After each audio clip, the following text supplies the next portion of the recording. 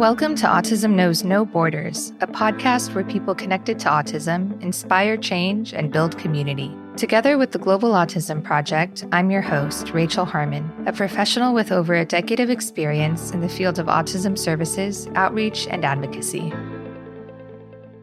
In many countries around the world, autistic students are effectively excluded from the education system, as schools often lack adequate resources to accommodate their needs.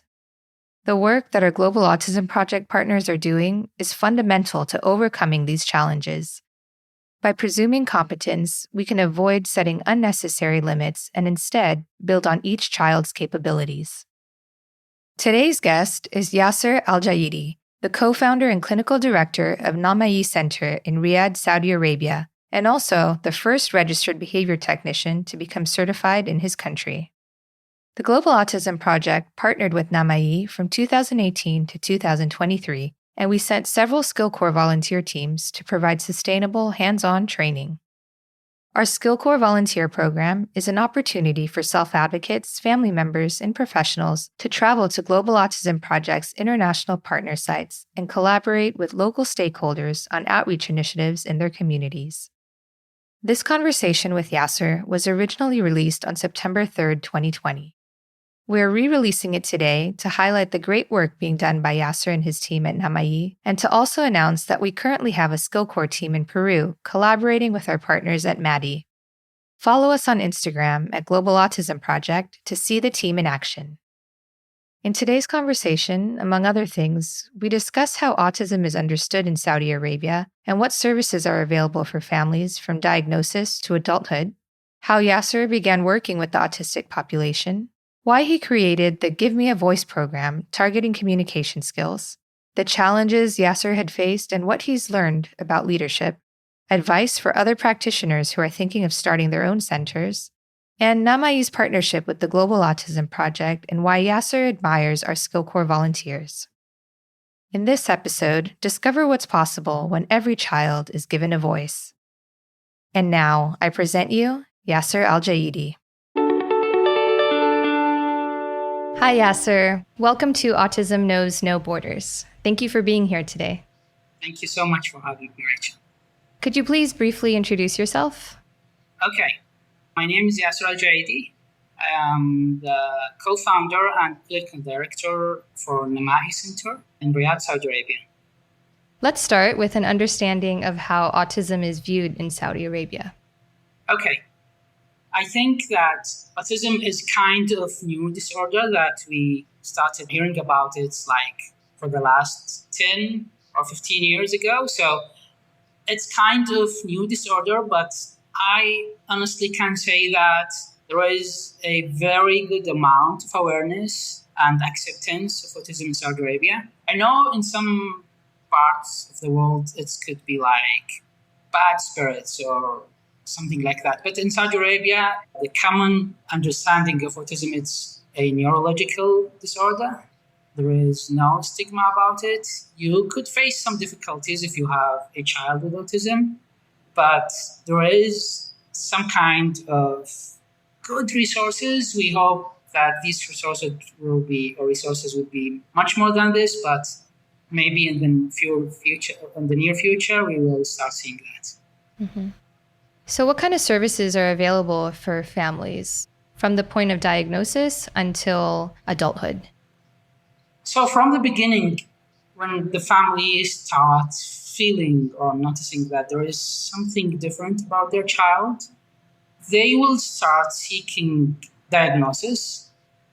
I think the process of diagnosis is, I can say fairly that it's accessible for most of the families. If the family lives in a small city or something like that, they could face some difficulties finding a pediatrician who has enough experience to diagnose autism.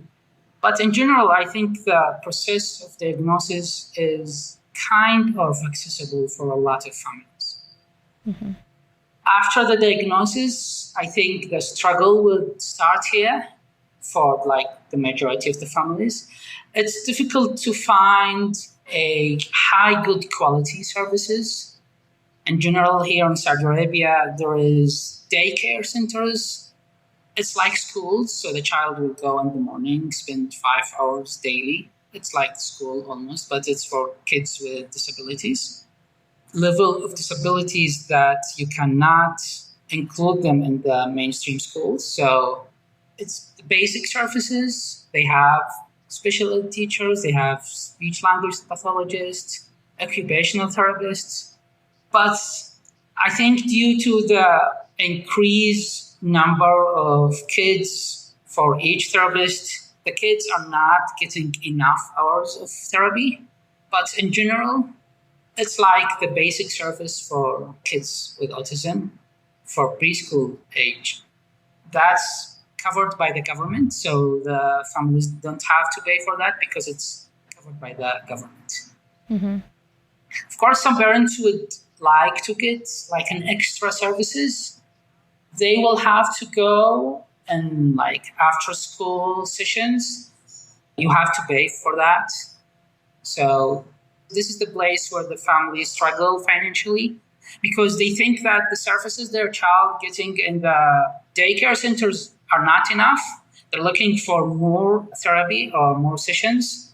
So they have to pay for these sessions because it's like private practices and they have to pay. And the prices are like vary a lot, but in general, it could be a financial challenge for the majority of families. Mm-hmm. Yeah. And what kinds of services are available for adults? So this is a new field in Saudi Arabia.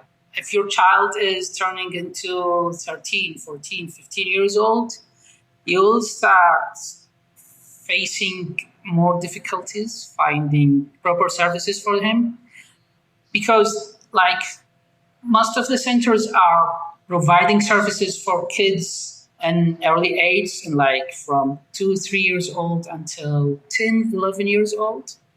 After that, you will face difficulties. I have to say, there is some amazing initiatives here, some amazing organizations that provide training for adults with autism, but still not enough, still not scalable enough. Are you hearing of employers hiring adults with autism? Yeah, this one of organizations, I think it's called in Arabic Sari. It's like paving the way for finding jobs for adults with autism. They provide training. I think it's on-job training. So they do the training and then finish the training at job sites. And they are doing very well now. Yeah, and I hope that would be scalable in every area in Saudi Arabia. Mm-hmm. That's really good to hear. Yeah. So Yaser, how did you begin working with the autistic population? That was in 2007. I was fresh graduate. I went to special ed academy here in Saudi Arabia. I was supposed to deliver a gift for the director of this academy from one of my professors in the college. So he offered me a job. He told me, "Are you interested working with us?" I said, I just graduated 7 days ago. So I'm not sure if I want to start immediately. He said, "Okay, if you want, just give us a call." A few days later, I thought I am interested. So I called them and I started working with them. I work as a psychologist. So I was supposed to treat kids with severe behaviors like self-injurious behavior or aggression. I would say, honestly, I was not prepared at all. So it was very difficult times for me. I remember that for the first few weeks, by the end of the day, I was very exhausted, very overwhelmed. Sometimes I cried after the work. And I swear to God, I will resign from my work first thing tomorrow morning. But I kept going. What made you keep going? I think several things. One of them that I felt some kind of connection with these kids. I was supposed to work with kids who are difficult to handle. So when you work with a child that other people feel it's very difficult to work with him, you will have like a unique perspective dealing with him. So other people think he's very difficult, he's very exhausting to work with. I think it's not something you want any child to be seen as that. Mm-hmm. So I felt that maybe I can do something for these kids so they are not considered very difficult kids anymore.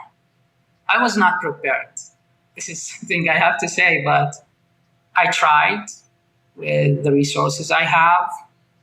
I'm not happy about those days from my qualification side. I was very happy to work with those kids.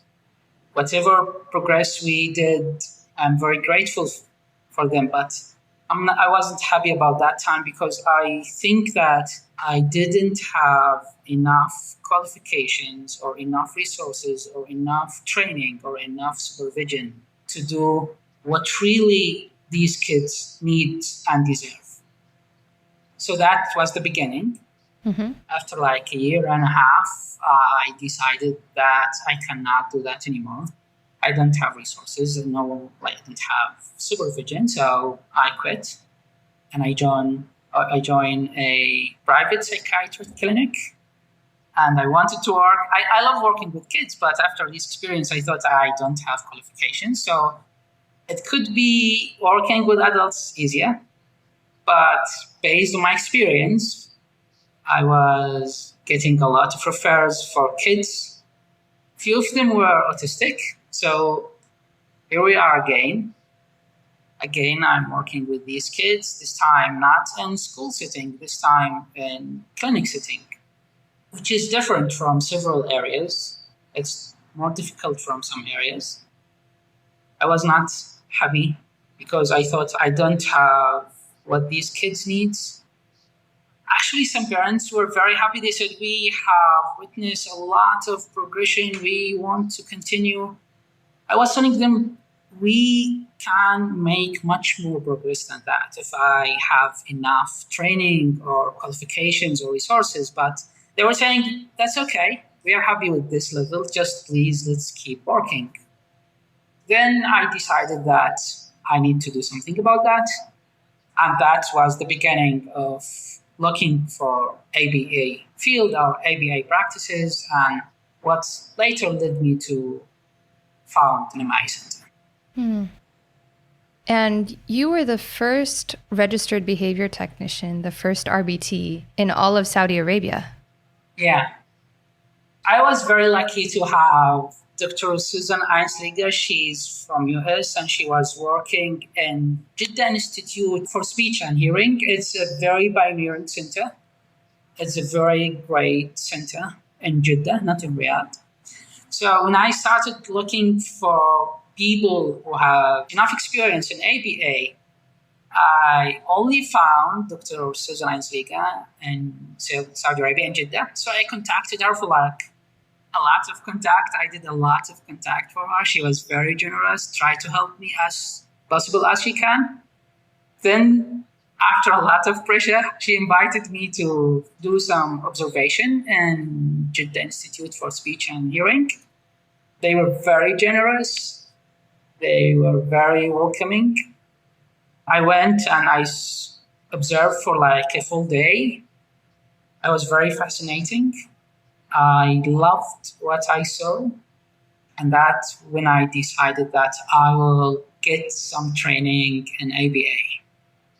So yeah, with Dr. Susan Einsliger, she started as far as I know, she started the first RBT training in Saudi Arabia.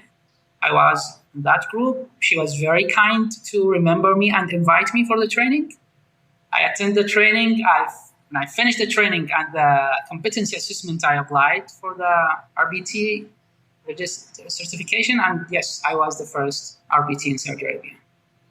I don't think it's something I should be proud of, but it's something that I love to remember because very lovely people involved in that.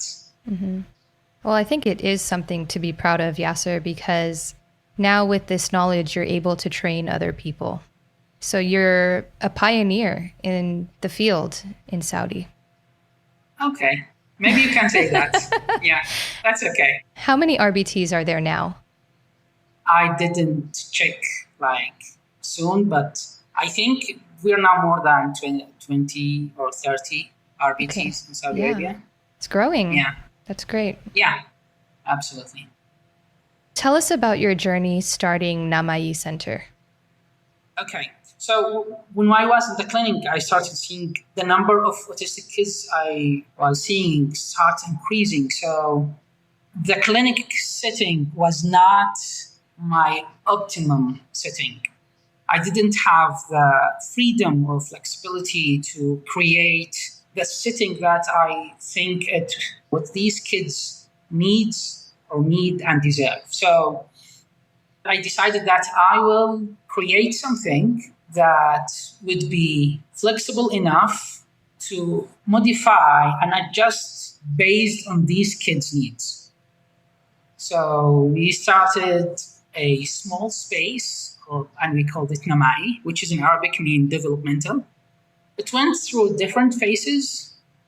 I'm very happy and proud and grateful for all these phases. We witnessed a lot of difficulties, but we are now in a much more better place. At the beginning, I started working with one kid in home-based therapy for 3 months. Then we moved. We came to a school and told them, okay, it's actually kindergarten. We told them, you guys finish at 12 p.m. So the rest of the day is waste. How about if we work in your kindergarten from, let's say, 1:30 p.m. until 7:30 p.m. and we'll pay you rent. So, and all of the materials are there. Yeah. The classrooms are set up for you. Yeah. Yeah. Only a few things that I will have to bring, so that the kindergartens with a good financial resources, they didn't want to work with us because they thought it doesn't worth it. So I went for kindergartens that I think they will use the money. And they said, okay, you can use the school. We started there. We start working after the kindergarten finish. As you said, we don't have to prepare the classrooms. Everything is there, almost everything. We just have to bring few things that our kids will need. So, yeah, we spent I think 3 years in that setting, moving from one kindergarten to another kindergarten until we ended up here in this, it's now a clinic. It's official clinic now we are working in. Mm-hmm. And how many students do you have now? Between 25 to 30 kids. We are after school setting, so kids will come to us for sessions. A session would take 2 hours. A child in general, will come to us twice weekly. So we have 30 kids coming to us weekly. We started a few years ago with one kid. Now we have 30 kids. So It's slow progression, but it is a progression. Right, yeah. How many staff members do you have? 5 therapists, and the total, we are 9 people in the center now. Mm-hmm. Including admin and... Yeah.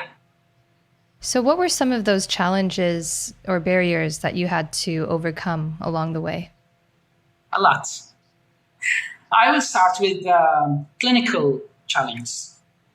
At the beginning, and still now, I didn't have the resources, the clinical resources, the training, the supervision. I had to fight, to be in touch with someone in the US to supervise me. I was not doing my RBT. I started doing my BCABA at that time. So I found someone to supervise me. At that time, it was very difficult for the supervisor who was not fully aware of my situation to help me address my challenge and my kids' challenge very effectively. It helped, but it was not enough for me. I always wanted more. Finding people and train them was a challenge. I might be a perfectionist, so it kind of makes working with me difficult. Do you think you're too demanding? Yeah, unfortunately, yeah. You want to do something that you think is good enough for the kid. So defining good enough for the kid is different from a person to another. My good enough criteria is kind of high, which makes it difficult for me and people who work with me to work with that kid, because I always wanted more for the kids. So that means I will keep demanding going up. Mm-hmm. There was the financial challenge, the money. It was difficult. When we started this, we didn't have money actually.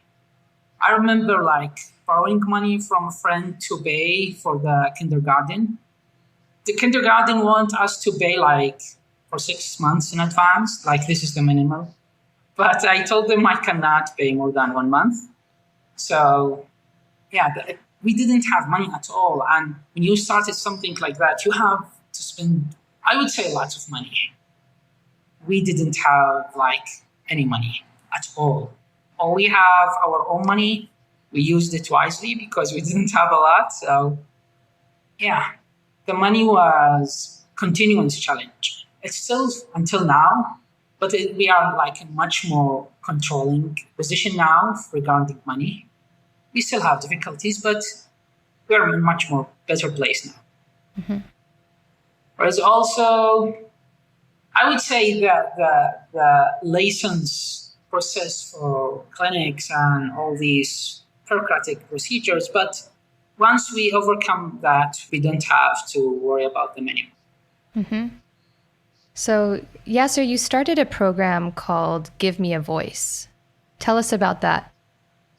Okay, so when I realized that there is a lack of resources for families to help their kids, I wanted something that I can offer for nonprofit organizations, for social responsibilities, for corporates. I tried several things with these organizations. I think it's very normal, but they didn't prefer to pay for something forever.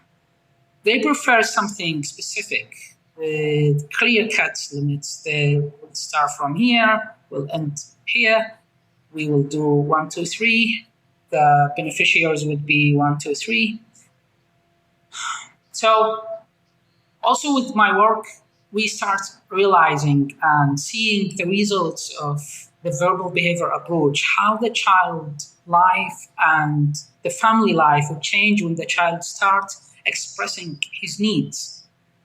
So man training and enabling the child to express his need as a human being was very important for me. So the result of all these things that we decide to create a specific program that will target the ability to talk or to express the needs of the child. And we made it 3 months, in total 72 hours. And I start going to these organizations and big corporates. We were very lucky to meet a very wonderful guy. His name is Dr. Fahad Al-Aliyan.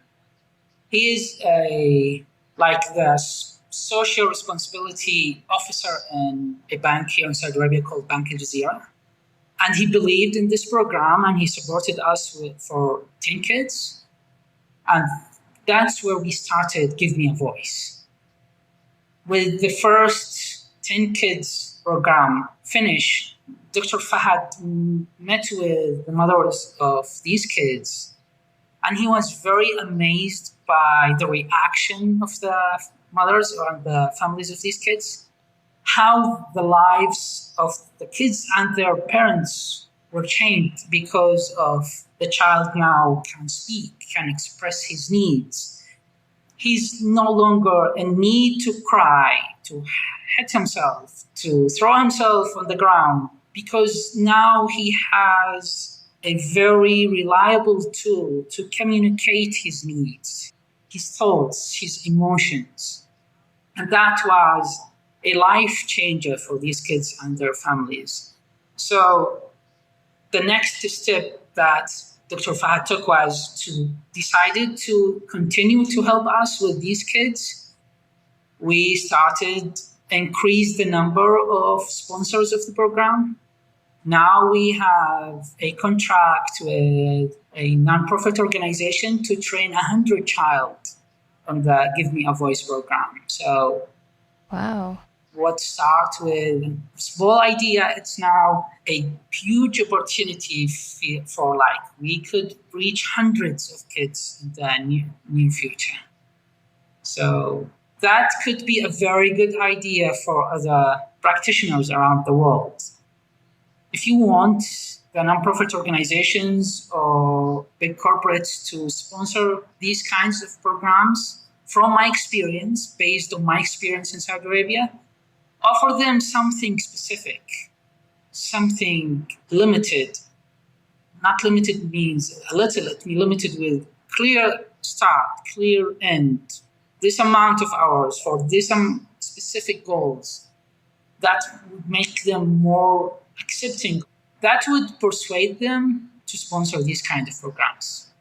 Yeah, that makes sense. That's great advice, actually, because they would then be able to see the results, maybe even quicker. Yeah. With short-term goals. Yes. And that's such an important program, Yaser, because like you said, it is getting their needs met, but it's also affecting the whole family dynamic. Yes. You know, the parents sometimes feel so helpless when they don't know what their child needs. Absolutely. And that frustration on their side too. And, you know, with giving them a voice, they're able to then communicate, and it just grows, because we know that when you start with man training, which is training to request for things or things that you don't want, then it just opens the doors to more communication, to adding words to those sentences, to then maybe asking questions and engaging in back and forth communication. Absolutely. That's what we saw and witnessed with all our kids now in Namai. I will tell the parents, you are the boss of your child therapy program or plan. The only one thing that I won't be able to negotiate about is the child being able to communicate his basic needs. This is something I cannot negotiate about.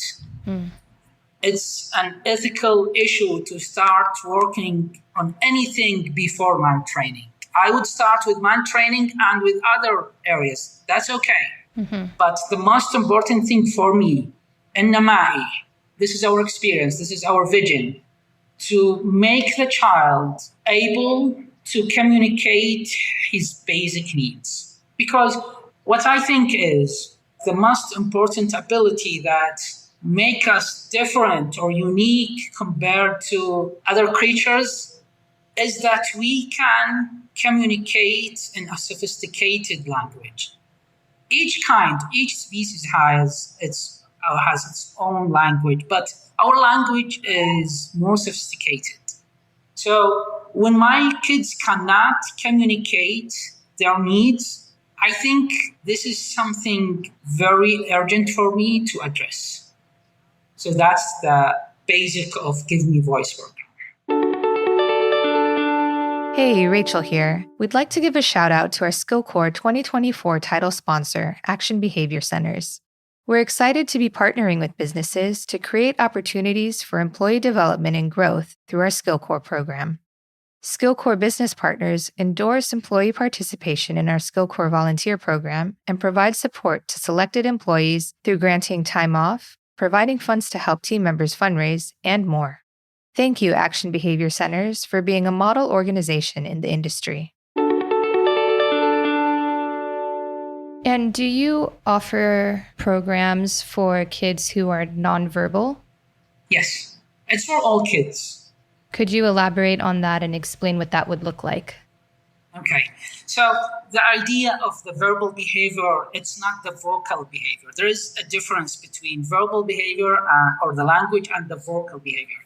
The vocal or producing sounds is one kind or one form of the language. You can use the sign language. You can use the written language. You can use some language replacements or alternatives like PICS. I know it's not like the perfect language, but it's a very effective tool to communicate. Can you explain PECS for our listeners who are not familiar with it?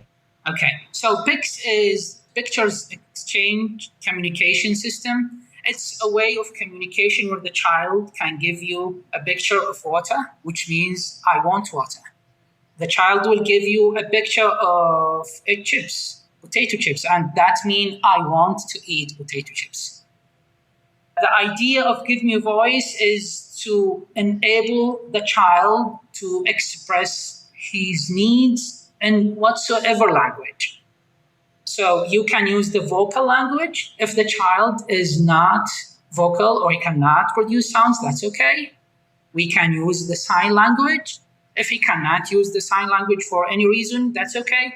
We can use PECS or other AAC, augmentative alternative communication system or something like that. So we can use that. Yeah, wonderful. Thank you for explaining that. You're welcome. Could you share a success story related to one of your students? Yeah. This is a story about a little girl, a very wonderful little girl and a very wonderful family. So this child came to us a few years ago. She was 5. We were at the first year of Namai. She was not verbal. She can repeat phrases she heard from the TV or from her parents, but she's not using the language as a function at all. She will be very thirsty, but she won't tell her mother that she's thirsty and she wants water. She will be very hungry, but she will cry until her mother starts guessing what she wants. Is she in pain? So based on that, she and her family faced a lot of troubles to make her join a kindergarten. She would go for the first day. By the end of the day, the kindergarten would say to the parents, "We're sorry, we cannot handle your child." So when I first met her, I told the parent that we would start with some sessions here. Then we can discuss joining the school a little bit later. We started with the child. With the man training, she was very fast learner.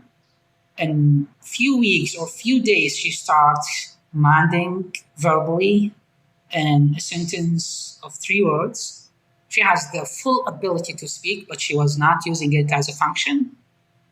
She starts burning her goals in the plan.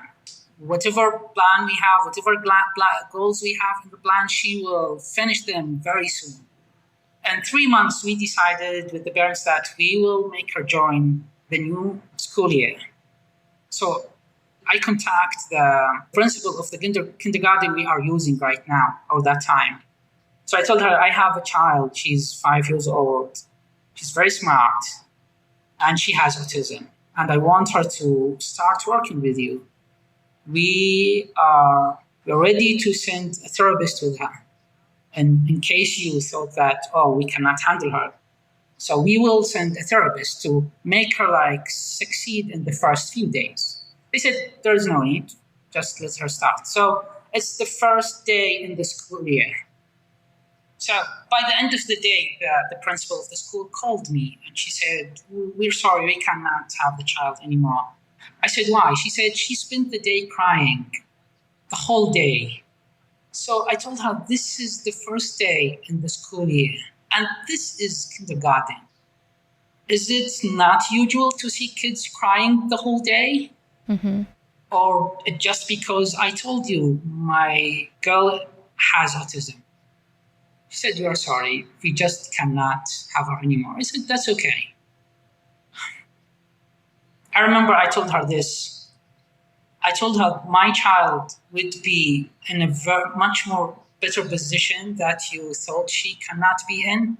If you think she cannot belong to the classroom with the other kids, I think she will be in a better place because I knew that this child has a lot of potentials. So we stopped going to that school. The parents were kind of devastated. They thought that maybe our child is not meant to be in school. They were very brave and fighters, the parents of this child, but it's very difficult for them to feel that their child is excluded from the school. So we continued the sessions and we started with another school.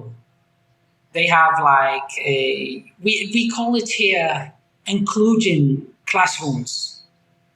So they will have like classrooms for typically developed kids, and they will have one or two or more classrooms for kids with special needs. So she started the first year in school. The year was very good. The teacher loved her. She was the top of her class. We were very happy because of that. It's still an inclusion classroom.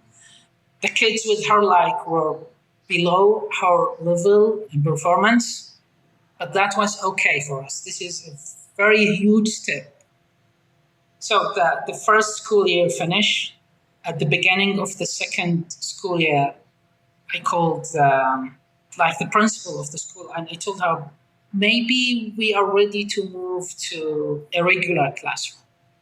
We will be in a trial, experiment, see if you decide if she's okay to continue in the regular classroom, then that's what we want. If not, we are ready to go back to the inclusion classroom. She said, no. Yeah, she's the best child in her class, but no. I told her we will send a therapist with her if that's needed. She said, no, we cannot. She's only we register her in our school only in the inclusion classroom. So we have a discussion with the parents and we decided that that's okay. We will finish this school year. It's like the second grade. We will finish the second grade in this school. The school, that year was very wonderful. The child was in top of her class. She was mastering all the topics. She's studying math, science, language, all of them.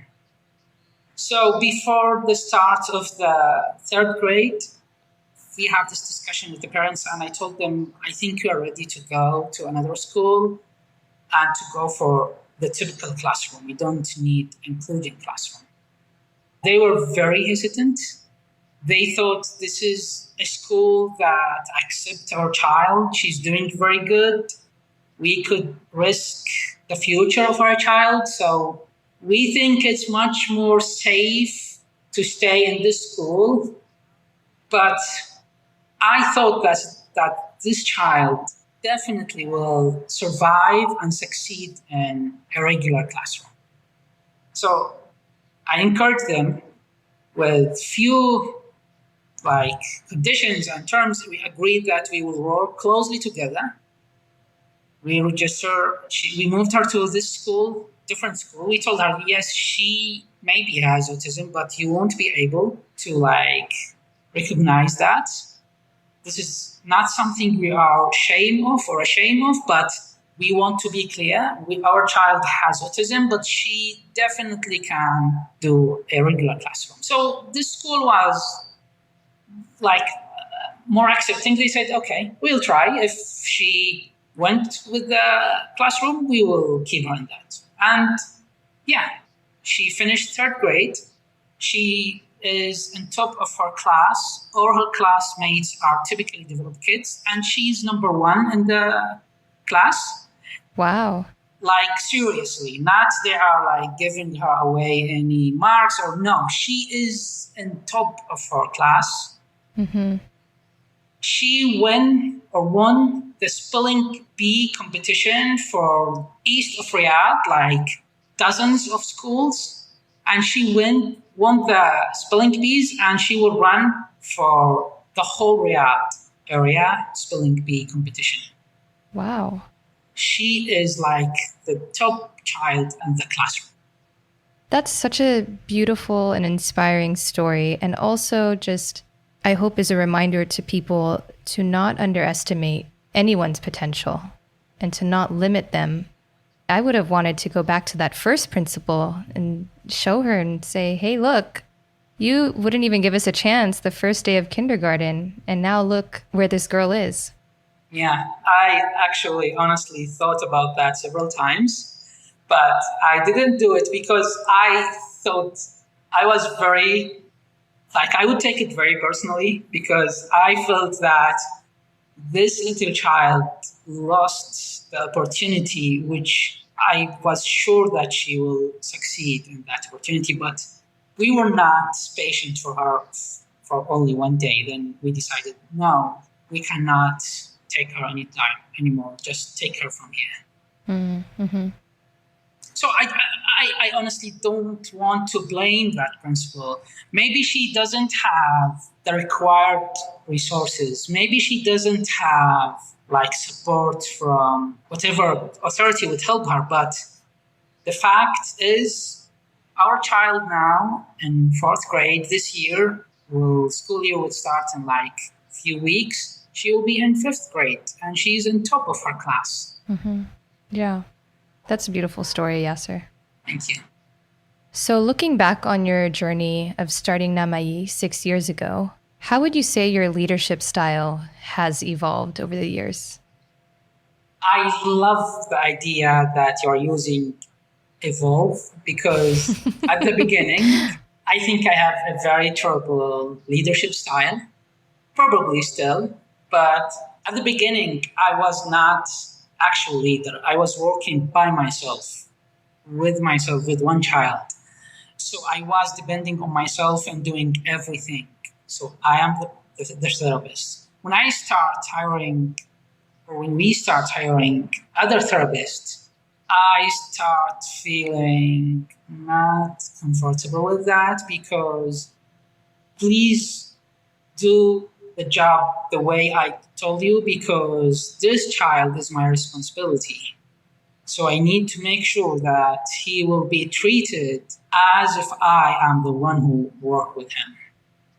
Then I realized that I won't be able to do that with all kids we are start having now. So I start like delegating more tasks to the therapists with very close supervision because I wanted to make sure that everything was done in the right way.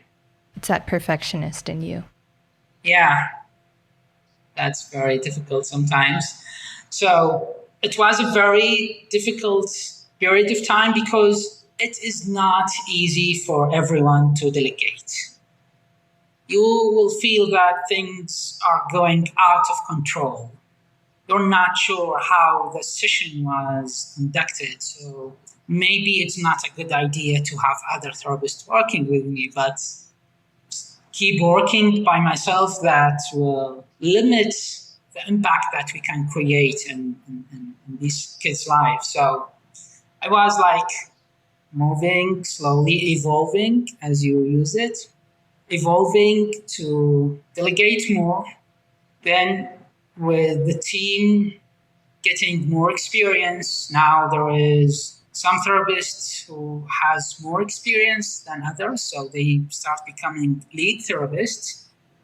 Then I have to move a little bit back and start supervising the whole process.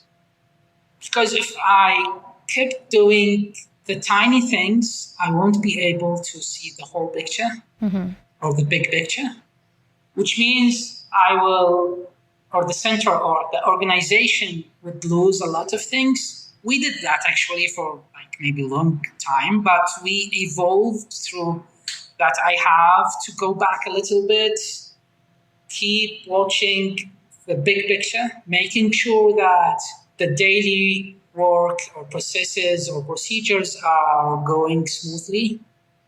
So maybe I'm in the first stage of leadership evolving.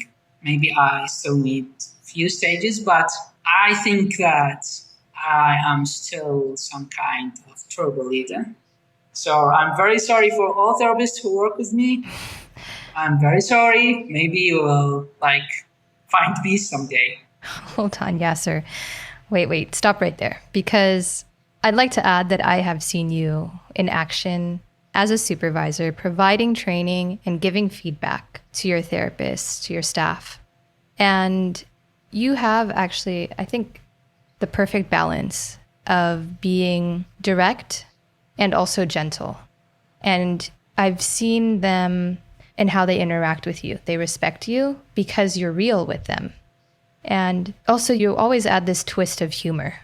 So even when it's really important to you, you're able to kind of package it in a way that is easy for them to accept it and then start applying it. And I also love that you incorporate the Socratic approach to your supervision because it fosters that critical thinking in your staff, and you're shaping them to be excellent therapists to make decisions on their own.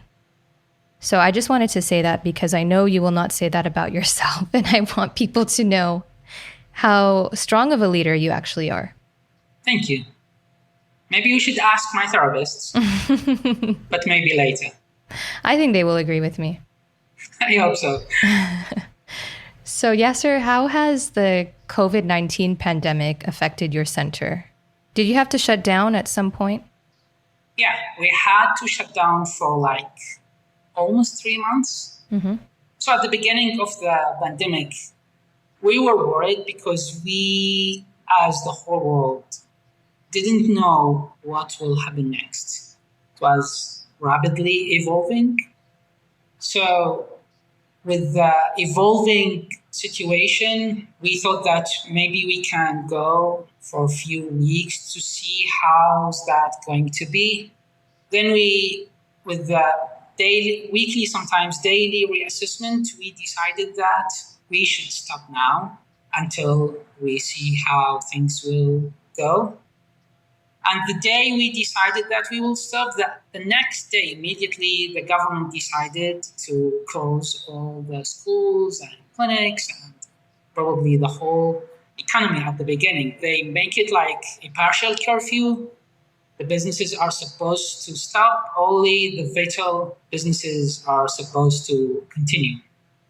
So yeah, we was forced to shut down for 3 months.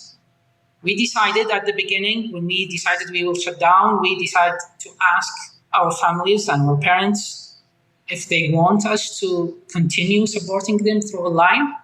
And that was a new experience for us. We asked them, the majority of them, they said, yes, we would like that you continue supporting us through online. So it was weekly sessions with each family. It was free of charge because we were not doing a full services. It was supportive sessions. And I can say that some of the kids and the families were very okay with the shutdown at the beginning because depending on the family, some of the families can maintain or could maintain the amount of therapy that their child used to have. But some of them, they couldn't do it. It was very difficult for them. We kept supporting them through online sessions. In general, we kept the online sessions for a month or two. Then we have our annual month off. We continue the online services for few weeks. Then the government decided they now can open the economy again. We are allowed to work again. Okay. So we are now back to on-site sessions. Mm-hmm. That's good. So what's the current situation in Saudi Arabia as far as COVID cases? It's very good. Honestly, the government could control the pandemic in a very good way. After the curfew, the government decided to open the economy gradually. Now it's fully opened. We keep the precaution procedures. We work or function we have all our sessions on. We use all the procedures that help us to make sure that our kids are safe. Mm-hmm. Great. So during our partner call last week with all the partners, Molly, our CEO, asked a question that I really like, so I'm going to repeat it now. Okay. Fill in the blank. If it weren't for COVID, I wouldn't have blank. And again, this is not discounting the deaths and suffering that is going on, but think about it like, what are you grateful for because of COVID? The time we spent in the curfew, it was a very important time for me because it was the first time that I stopped working in Namai for the last 6 years. So I was home thinking of Namai. There is no sessions now. There is no kids coming now. So I start reflecting on Namai. And I'm very grateful for that pause because I realized that I never thought of Namai as a business, as something need to be sustainable, need to be maintained. I always thought of Namai as something I enjoy doing, something that I feel passionate about. It's something that I want to keep doing forever. But that's not enough to sustain an organization because these kinds of organizations shouldn't be depending on one person. It shouldn't be a one-man show. The lives and the good services shouldn't be rely on one or two or three person. We should make or create an organization that can continue working, survive, sustain, no matter, or it's not important who's working in Namai. It's important that Namai is fully functioning no matter who's working in Namai.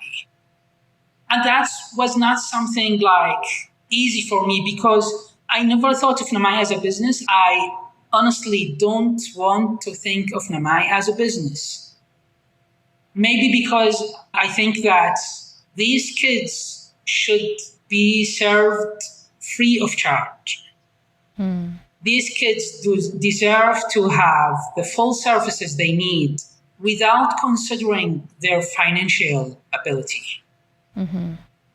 But it is what it is. This is the fact. Namai is a private practice, and eventually it's a business that need to be maintained and sustained. So this is the must thing that I'm grateful for this pause time. I start seeing Namai now as a business that's not concerned about money only. It's a business that's concerned about the kids also. Mm-hmm. So, yeah, that's what I'm grateful for the pandemic, if we can say that. Mm-hmm.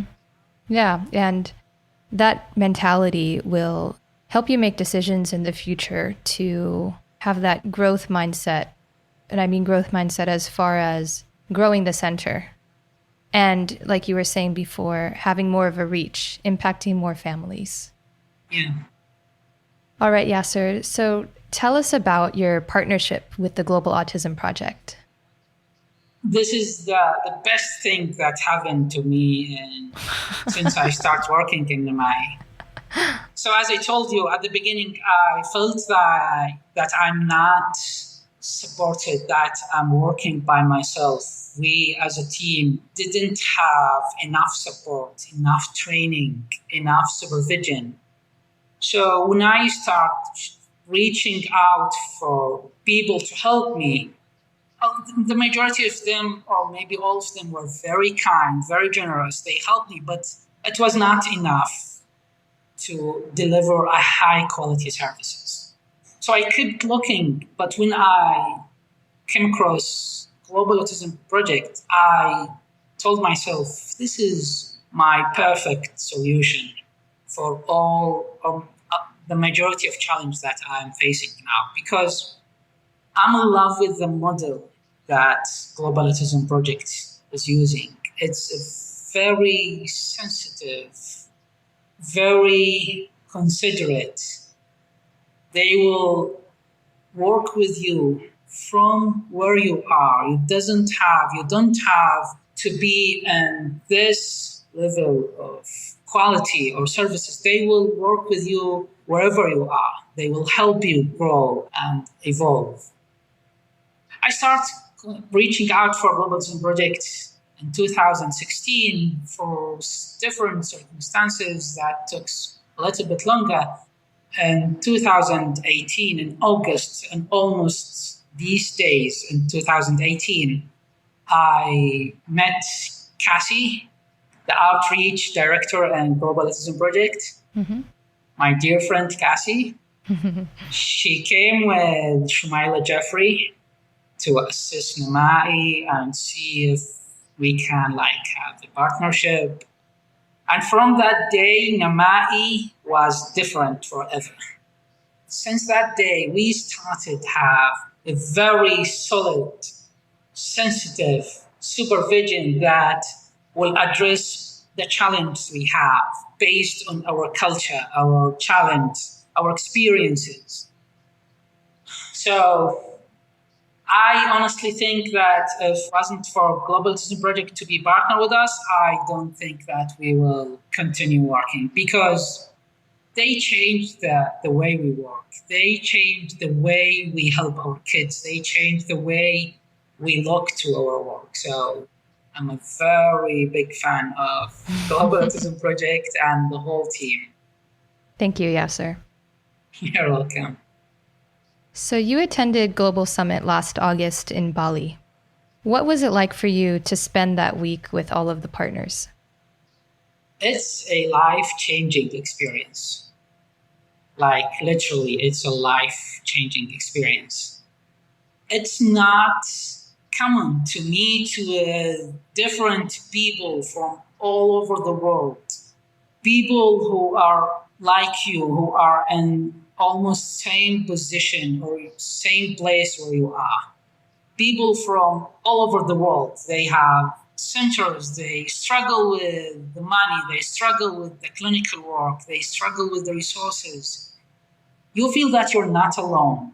You feel that this is some kind of same path with few differences. You learn from them. You recognize that challenge you have and their challenge.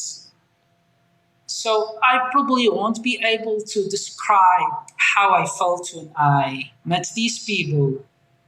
And the content of the Global Summit was amazingly prepared.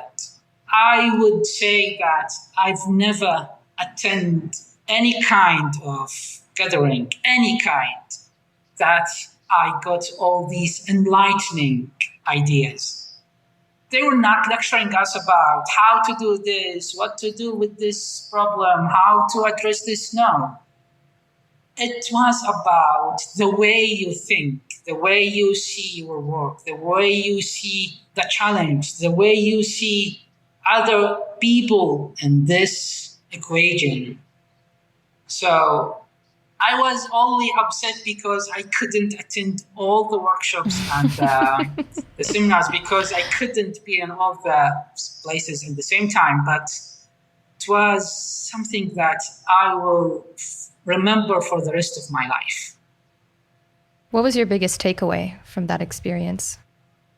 Several takeaways.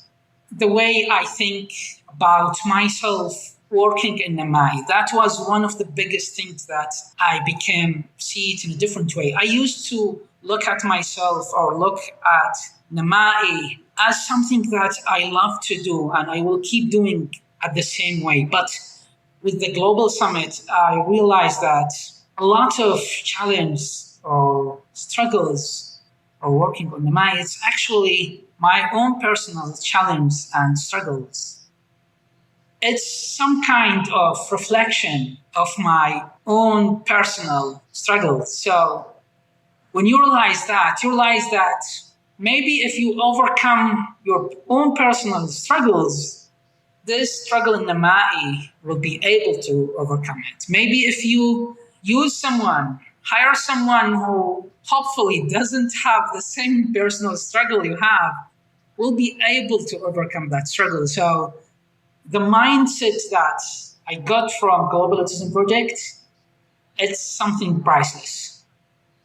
Well, I'm glad that you were able to learn so much about yourself. And also, you've had a couple SkillCorps volunteer teams visit Namai last year. Yeah.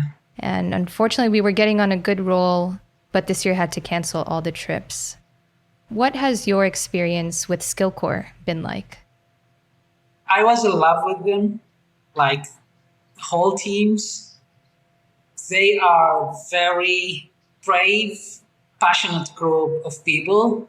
They are brave and some kind crazy enough to travel across the world just to help someone, helping some kids that they don't know me and they don't know the kids I'm working with, but they very considerate and concerned to travel and help me. They fundraise to do that. I was looking forward to meet them. I had 2 SkillCorps teams. Both of them were very wonderful teams. I'm very lucky. I wish that all the teams will be like the both teams that I had. I don't think there is a team that could be better than my 2 teams, but when you have these energetic, passionate people, they came to you in a very different culture, very different country. They have some old information about Saudi Arabia, the Saudi community, how people in Saudi Arabia. So it was like a unique experience for both of us, for me and for them. Mm-hmm. They spend a lot of time working with us in the center. They divide themselves into groups. Group will work with this and this therapist on this kind of problems. Another group will work with another group of my therapists to teach them different topics and areas. Some of them will work with me for the areas that I'm supposed to oversee, like the plan, the vision for Namahi. All of them were like very lovely and kind and brave people. As I told my therapist, these teams touched our souls.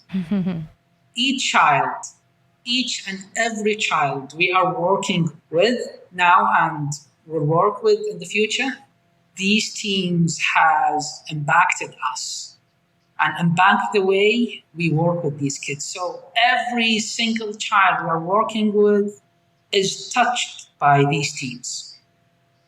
And what part of Saudi culture do you like to share with the teams when they visit? I would say every single aspect of the Saudi that we can cover, because this is a very different culture.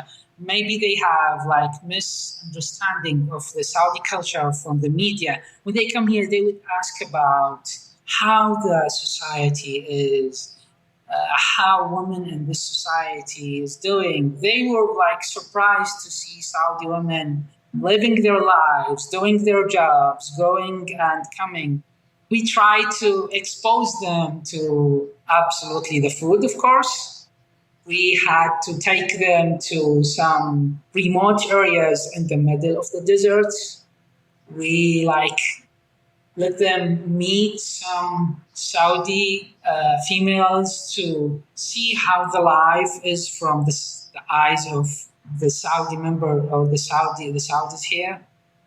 We also, I remember we met with some expats in Saudi Arabia to help my team or my SkillCorps team to see how these expats live and work in Saudi Arabia for so many years. Mm-hmm.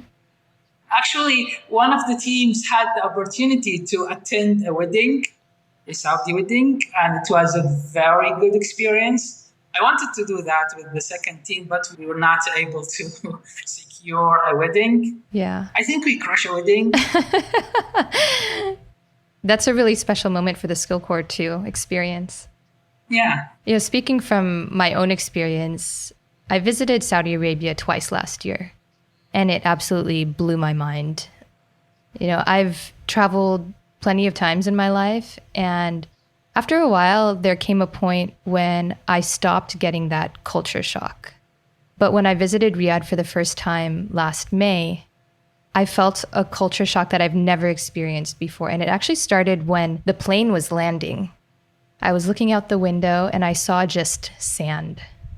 Yeah. And I thought to myself, I'm so far away from home right now.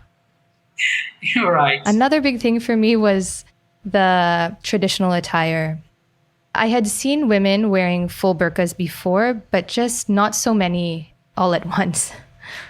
And it was like a sea of black and white, black with the burqas and white with the thobe. Is that how you pronounce it? Thobes, yeah. Yeah. And the ladies at the center, Sarah and Marwa, they were so sweet, and they let me ask all of my ignorant American questions about Saudi culture and Islam beliefs. And also it was Ramadan at that time. Do you remember? So yeah. I was pretty much fasting with you guys. We would start the day late because it was impossible to be outside during the day in that heat. And sessions at the center were run from 8 p.m. until midnight. Yeah. And then we would have our trainings and meetings until 3 or 4 in the morning, go to bed at 6 o'clock in the morning, wake up at 2 in the afternoon.